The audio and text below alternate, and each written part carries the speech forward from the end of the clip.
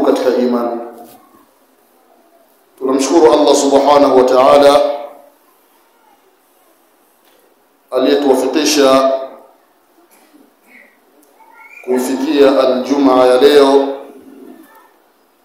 ndani ya huu mwezi wa Shawwal, baada ya kumalizika mwezi mtukufu wa Ramadhani. Tumo ndani ya 12 katika huu mwezi wa Shawwal, mwezi ambao ndani yake wale wenye uwezo wanafanya maandalizi ya kwenda Makka kwa ajili ya ibada ya hija.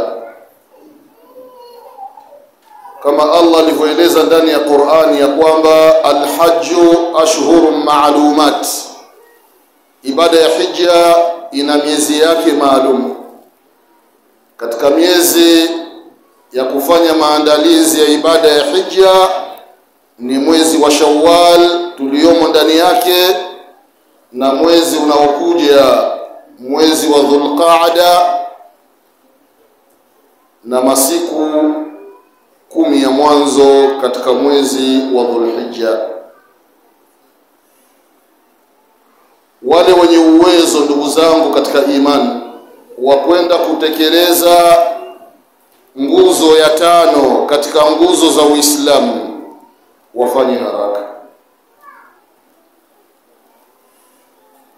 Allah anaeleza ndani ya Qur'ani ya kwamba walillahi ala nnasi hijjul baiti man istata'a ilayhi sabila wa man kafar fa inna Allaha ghaniyyun 'anil 'alamin. Ibada ya hija ni haki ya Allah subhanahu wa ta'ala. Allah ameamrisha wenye uwezo waende kutekeleza ibada ya hija. Wa man kafar, wale wakaidi, watakayekanusha, watakaikataa, wafahamu ya kwamba fa inna Allaha ghaniyyun 'anil 'alamin. Allah ni tajiri, hana haja, hana shida na hizo mali zako. Kwamba ukitoa dola 5,000 kwenye baadhi ya taasisi za kwenda kutekeleza ibada ya hija, kwamba utakuwa umemwongezea Allah subhanahu wa ta'ala kitu fulani. Hapana. Lakini mtakutana na Allah. Wattaqu yawman turja'una fihi ila Allah. Okupeni siku ambayo mtarejeshwa kwa Allah. Baada ya kurejeshwa kwa Allah, thumma tuwaffa kullu nafsin bima kasabat. Kila mtu atalipwa kwa lile alilolifanya duniani. Allah anasema wa hum la yudhlamuna, hao viumbe hawatudhulumiwa na Allah. Kuna baadhi ya wanadamu wakiambiwa swala la kwenda hija, wao wanajificha nyuma ya ukuta kwamba hayo maneno hayawahusu, kwamba hayo maneno ya kwenda hija ni ya watu maalum, yeye hayumo. Anasema sio tajiri, hana uwezo. Hili neno huwa nalisema mara kwa mara.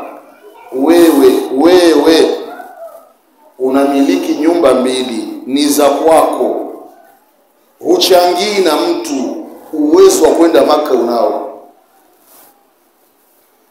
Hutokuwa na hoja ya kumwambia Allah tabaraka wa taala kwamba sina uwezo ya Rabbi. Kwa nini huuzi nyumba moja ukabaki na moja? Wataka uwezo wa aina gani Allah akupe? Huna uwezo. Una gari 2, una gari 3 za fahari. Msimu wa hija umefika, unasema huna uwezo.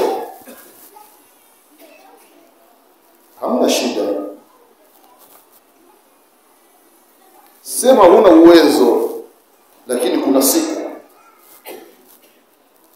Allah bado anakupa muda.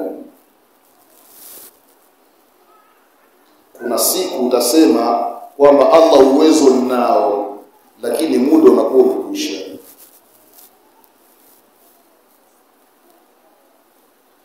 Ndugu zangu katika imani, nguvu unazo, Allah kakujalia unafanya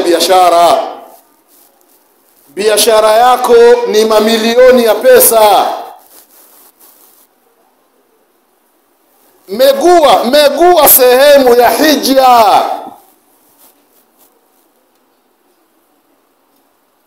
waadhim fi nnasi bilhaji yatuka rijala.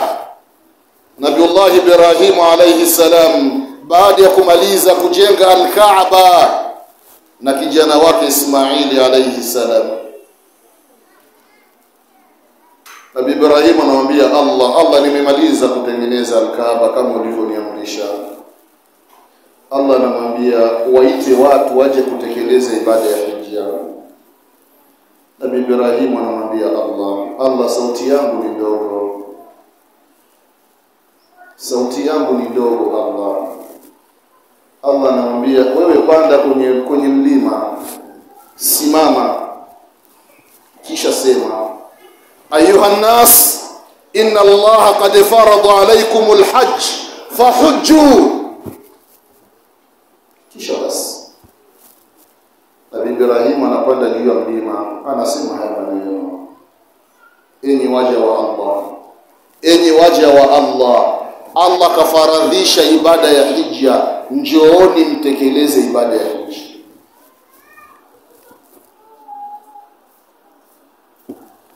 Ile sauti wanaeleza wanachuoni wa tafsiri, Allah akaieneza ulimwengu mzima. Kuna wale ambao walikuwa kwenye sulbi, uti wa mgongo wa mzazi, wamesikia ile sauti ya Nabii Ibrahim, wakasema labbaik Allahumma labbaik. Allah, tunakuitika, ujumbe wako umefika, tutakuja kutekeleza ibada ya hija. Wanaelezwa wanachuoni wale wanaokwenda Makka na wale watakaokwenda wameitikia hiyo sauti, lakini kuna wale mafirauni wameisikia na wakaziba masikio, hawezi wakenda, hata kushtuka hamna.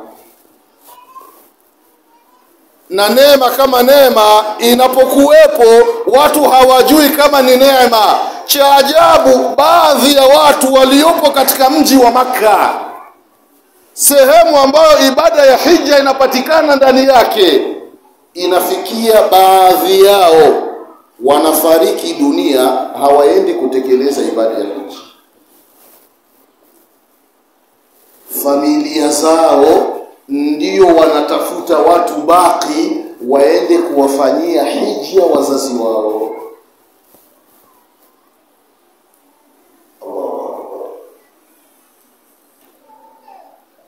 Hija, ibada ya hija ndani ya siku sita, ibada ya hija imemalizika. Tarehe 8 yaumu tarwiya, watu wanatoka mahotelini, wanatoka majumbani, wanaelekea Mina kwa talbia, labbaik Allahumma labbaik, labbaik la sharika laka labbaik, innal hamda wan ni'mata laka wal mulk la sharika lak. Wanamume kwa wanawake, wanamume wananyanyua sauti, wanawake wanaleta sauti za kawaida, wenye kutembea kwa miguu, wenye kutembea kwenye vipandwa, hadi wanafika Mina. Maka na Mina sio mbali, karibu. Wezekano wanatoka Katonga hadi Kagera, si mbali. watu wanamtaja Allah subhanahu wa ta'ala. Umefika Mina, kazi yako ni talbia, ni kumtaja Allah. Adhuhuri imefika, badala ya kuswali rakaa 4 yatakiwa imamu atuswalishe rakaa 2. Baada ya salam talbia zinaendelea kumtaja Allah.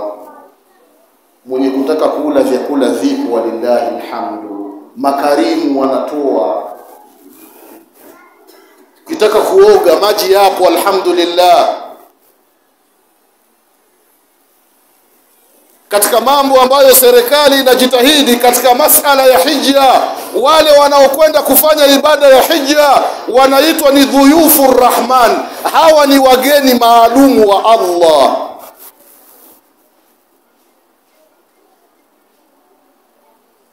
Na serikali ya Saudia huwa inatangaza kwamba yule aliyetoka nyumbani kwake kaja kutekeleza ibada ya hija ni marufuku afikwe na dhara lolote.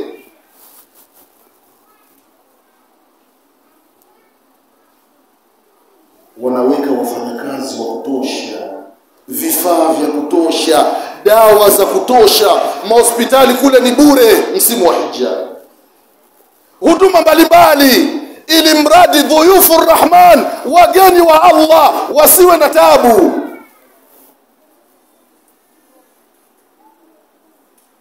Siku ya tarehe 8 hii watu wapo Mina, ni kumtaja Allah. Umechoka, unaruhusiwa kupumzika.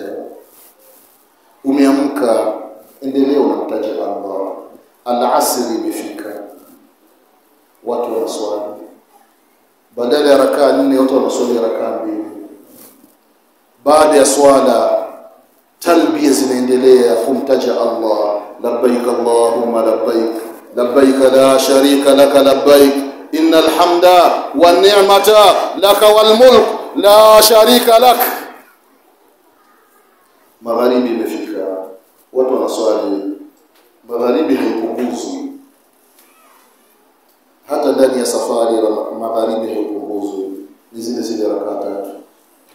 Na swali rakaa 3, baada ya swala talbia zinaendelea kumtaja Allah. Mina, kila unapopita kwenye mahema yote ni talbia, watu wanamtaja Allah subhanahu wa ta'ala. Labda baadhi ya mahema, baadhi ya taasisi ambazo hazikuweka sharti katika kuwapeleka watu katika ibada ya hija. Kuna baadhi ya taasisi wanatangaza kwamba mfumo wa ibada ya hija tutaufanya kwa mujibu wa kitabu na sunna ala fahmi salafi al-umma. Ndiyo sharti wameliweka, tutatekeleza ibada ya hija kwa mujibu wa Qur'ani na sunna na wema waliotangulia namna walivyofanya ibada. Sehemu pakiwa kuna sunna, fahamu ya kwamba bid'a haitokosa. Kuna baadhi ya mahema unaingia, unasikia watu wanadhikiri, huku watu wanamtaja Allah. Labbaik Allahumma labbaik, labbaik la sharika laka labbaik, innal hamda wan ni'mata laka wal mulk la sharika lak. Hema la pili, madadi ya Jailani, madadi ya Jailani. Watu wanarukaruka, jasho za watoka, wenye kudondoka wanadondoka. Madadi ni neno la Kiarabu, Kiswahili chake ni msaada, kwamba watu wanaomba msaada kutoka kwa Abdul Qadir al-Jailani rahimahullah, ambaye kishafariki muda mrefu katika nchi ya Iraq. Na Abdul Qadir al-Jailani rahimahullah ni katika wanachuoni wa ahlu sunna, hakuwa mtu wa bid'a. Lakini wale wafuasi wake baada ya kufa kwake, wakatokea baadhi ya watu wakamzika ndani ya msikiti. Watu wanamuomba Allah, wengine wanamuomba Abdul Qadir al-Jailani. Mahema mengine wanaleta dhikri za ajabu ajabu za kuwaomba viumbe. Mahema mengine unamkuta shekhi amekaa kwenye kiti na wale waliokwenda hija katika mji wake wamekaa mbele yake, kwamba shekhi ndiye anawaombea dua. Pale si mahala pake, pale ni kila mmoja anamwambia Allah subhanahu wa ta'ala. Isha imefika, badala ya kuswali rakaa 4 watu wanaswali rakaa 2. Vyakula alhamdulillah, ukitaka maji ya moto ya kuoga, maji ya baridi, ukitaka maji ya Zamzam, maji ya kawaida, ukitaka tende, ukitaka nyama, ukitaka wali, ukitaka, alhamdulillah. Wahisani wanatoa, wanatafuta radhi za Allah subhanahu wa ta'ala. Kama ilivyokuwa mwezi wa Ramadhani, watu walitasabak, watu walishindana. Kuna wale ambao kuanzia tarehe 1 Ramadhani walimwahidi Allah kwamba watakuwa wanawafuturisha ndugu zao Waislamu, hata kama ni kununua ndizi za 500, anachukua moja, zilizobaki anawagawia ndugu zake Waislamu hadi mwezi kumalizika. Kuna wale ambao waliwalisha ndugu zao Waislamu daku, na kuna wale ambao walikuwa ni mabakhili. Hadi Ramadhani inamalizika, mtu ana uwezo hakumfuturisha ndugu yake hata mmoja. Hamna shida, endelea na tabia kama hiyo. Allahu Akbar. Tarehe 8 hiyo yaumu tarwiya, watu wanalala wanaamka tarehe 9 ambayo ni siku ya Arafa. Mahujaji hawafungi, ambao hawakufika katika ibada ya hija ndio wanafunga, ili angalau watu wapate ofa ya kufutiwa madhambi ya miaka 2. Kwa nini aliyekwenda kufanya ibada ya hija hafungi siku ya Arafa? Kwa sababu yeye katika ile ibada ya hija, yeye hafutiwi madhambi ya miaka 2, yeye anafutiwa madhambi yake yote. Allahu Akbar. Allahu Akbar. Siku ya Arafa, baada salati al-fajr, watu wanatoka Mina wanaelekea sehemu inaitwa Arafa, sehemu kubwa. Walillahi alhamdu, mahujaji wote wanaotoka ulimwengu mzima wanaenea ile sehemu, na wala sehemu haijai kwamba watu wamekuwa ni wengi wakae nje ya Arafa, wote wanaenea. Siku ya Arafa adhuhuri imefika, watu wanaswali rakaa 2. Wamaliza kuswali rakaa 2, imamu anatoa hutuba, anawakumbusha watu kuhusiana na siku ya Arafa. Baada ya hapo watu wanatawanyika sehemu mbalimbali, wenye kubaki msikitini, wenye kwenda barabarani, yule atakayekuwa juu ya gari, yule atakayekwenda chini ya gari, yule atakayekaa chini ya mti, yule atakayekwenda amekaa kwenye jiwe, popote pale, ili mradi uwe ndani ya mipaka ya Arafa. Ile siku ya Arafa wanaunganisha swala ya dhuhuri na alasiri, wanaiswali katika wakati mmoja wa dhuhuri, ili muda uwe mrefu wa kuomba dua. Kwa ile baada ya dhuhuri wameunganisha dhuhuri na alasiri, na hutuba imetolewa. Kila mmoja anakaa pembeni, anaanza kumwambia Allah mambo yake. Siku ya Arafa, ashiyatu Arafa, jua linaelekea kuzama. Siku ya tarehe 9 Dhulhijja, siku ya Arafa, ndiyo siku ambayo Allah subhanahu wa ta'ala anawauliza malaika akiwa katika mbingu ya dunia, mahujaji namna walivyochoka. Kuna yale mavazi wanavaa mahujaji wanaita ihram, yale mavazi mawili, shuka la chini kama msuli na hili la juu. Unakuta mtu amechoka, lile ni shuka la juu amelitupa. wale wanene wamechubuka, mapaja ni vidonda, mtu anatembea kama roboti, taratibu kama mtoto mdogo.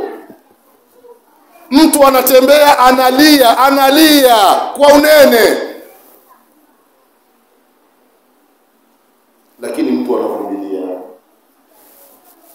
Allah anawauliza malaika, hawa waja wangu wanataka nini?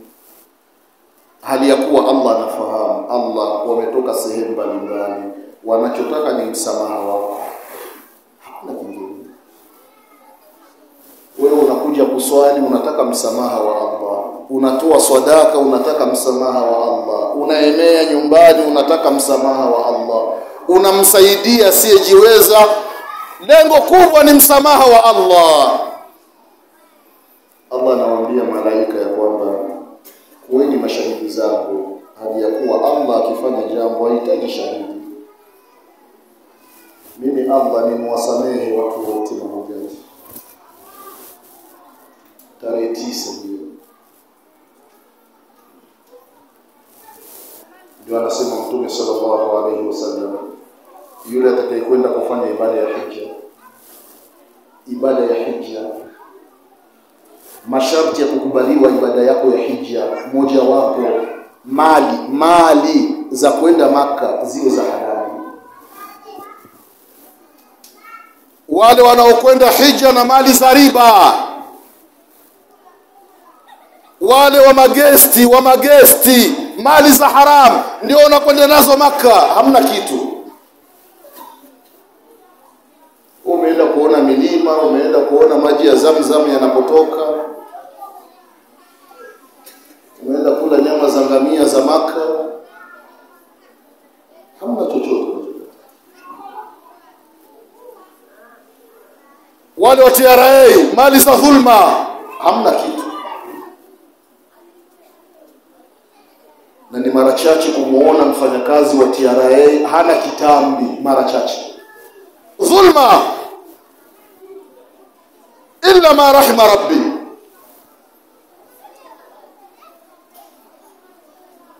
Allah.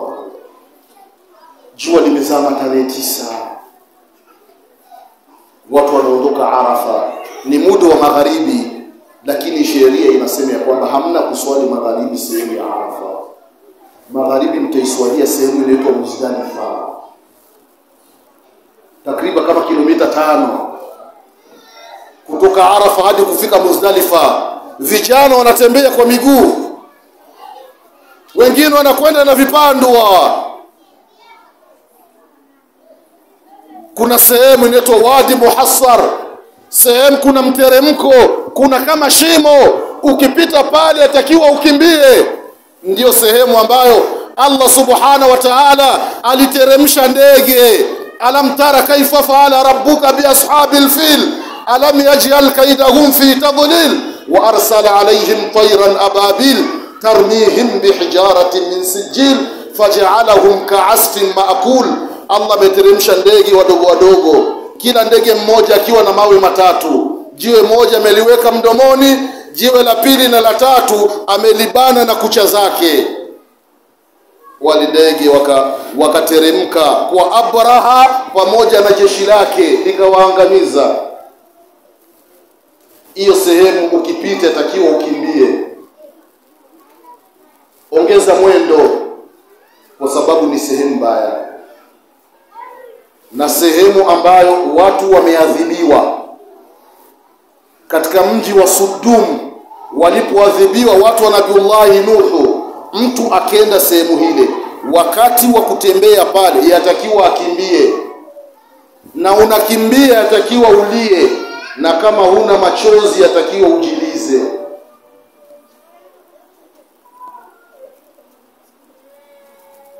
Watu wanakwenda hadi wanafika Muzdalifa, watu wamefika wamechoka. Muzdalifa yatakiwa uswali magharibi pamoja na Aisha. Kuna ambao wanafika Muzdalifa saa 9 usiku. Mtu hoi Muzdalifa, watu wanalala chini. Ukiwa na kipande cha boksi wewe ni tajiri. Wanafahamu waliokwenda Makka. hayo, watu wanatafuta radhi za Allah. Wewe una uwezo, hutaki kufika kule na Allah ameamrisha, hamna shida, kana mali zako. Watu wanalala hadi tarehe 10 Dhulhijja, yaum al-hajj al-akbar, ambao wapo nje ya Makka wanajiandaa na swala ya Idi. Watu wakimaliza swala ya alfajiri Muzdalifa, watu wanatafuta mawe,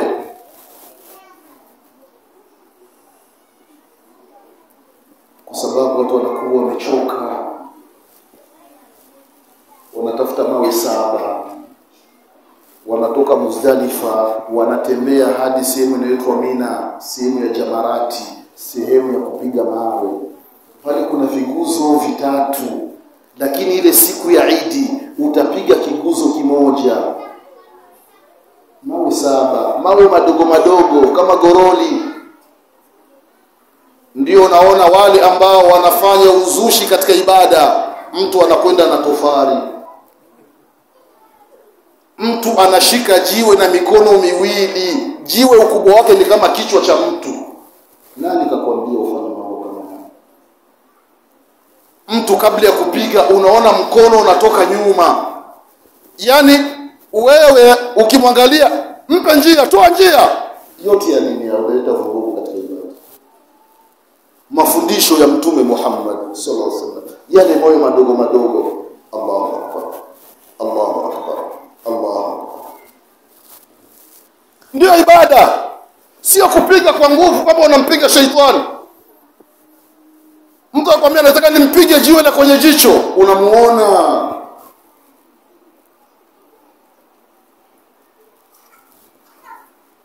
Tarehe 10 watu wanaswali Idi, mahujaji hawaswali Idi. Amemaliza kutupa mawe pale, mtu ananyolewa nywele, akimaliza kunyoa nywele, uwezo anao, nguvu zipo, anakwenda Maka kufanya tawafu ifadha. Lakini unakuta serikali inawatumia watu message kwamba Maka msikitini watu ni wengi, pumzika, hata jioni utakuja kuzunguka Al-Kaaba kufanya tawafu, muda bado upo. Hata siku ya pili, siku ya tatu sheria inaruhusu msongamano. Wale waliopo karibu na Al-Kaaba kwenye msikiti wa Makka, yani unaweza ukachukua dakika 10 umesimama, hujapiga hatua kwenda mbele, kwa wingi wa watu katika ile siku ya tarehe 10.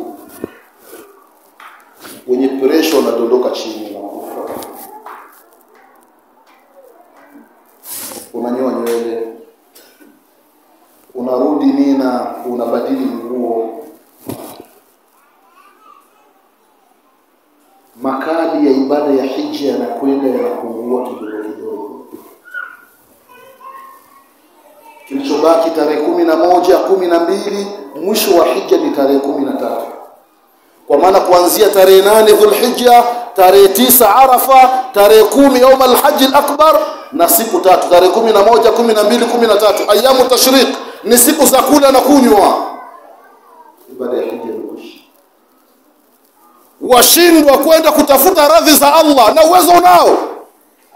Baadhi ya watu baada ya kufilisika ndio anajuta, laiti ningelikwenda Makka, laiti ningelikwenda Makka.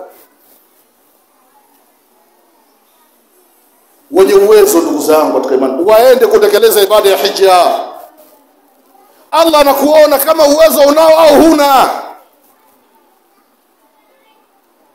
Hii milioni 10 na ngapi mbele ya Allah haina thamani yoyote. Allah atakupa.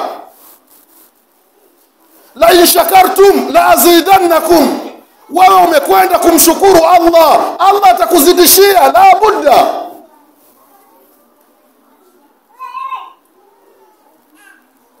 Kuna baadhi ya watu wanakwenda wanatamani kwa miaka mingi imepita tulikuwa twendi Maka, tumekosa mengi.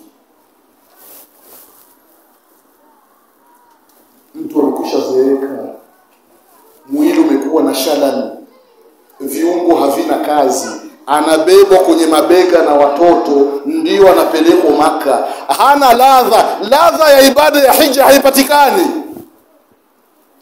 Kuna baadhi ya watu wanapelekwa Jamarati kwenda kupiga mawe, yupo na dripu, gari linakuja hospitali. Ladha gani unaipata? Wakati ulikuwa kijana, damu inachemka, uwezo upo. Allah,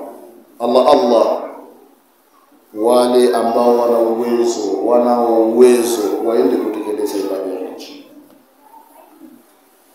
Barakallahu li wa lakum bil Qur'anil azim wa nafa'ani iyyakum bil ayati wa dhikril hakim. Qul hadha wa astaghfirullah li wa lakum.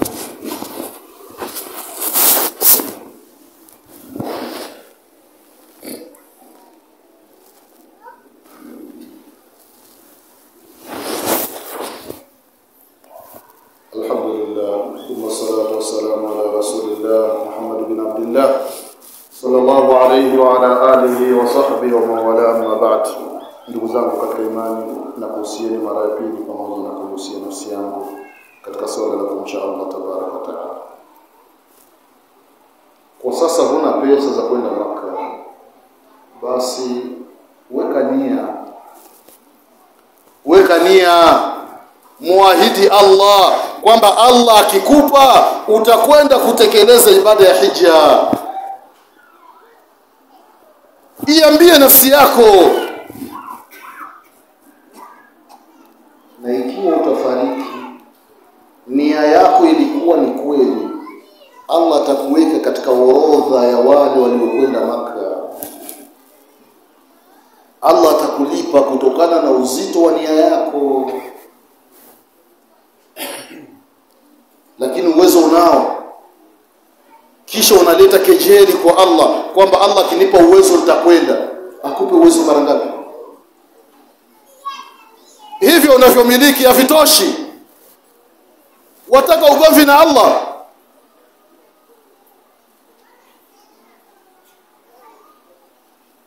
Na wale wanaokwenda Makka, majumbani mwao wapaache pazuri. Usije kufanya ibada ya hija nyumbani hujaacha kitu, familia inakuwa na njaa. Unadaiwa, usende kutekeleza ibada ya hija ukiwa na madeni. Lipa madeni ya watu. Ikiwa kiasi cha Makka kimepungua, utaenda hata mwakani. Au labda anayekudai akwambie hamna tatizo, nenda ukafanya ibada siku yoyote, ukijaliwa utanilipa. Usende kufanya ibada ya hija unadaiwa. Usende kufanya ibada ya hija na mali za haramu, hutopata lolote mbele ya Allah. Na ndio unaona ibada za hija, mtu akiteremka hakuna athari ya ile hija.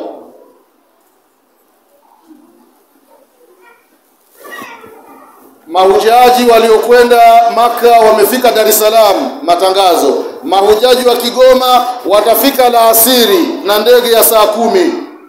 Watu wanaenda uwanjani kuwapokea. Kuna mstari wa wanamume na mstari wa wanawake. Kwa mahujaji wa kike na wa kiume wanaanza kuwasalimia wale watu. Wanamume na wanawake unawapa mikono.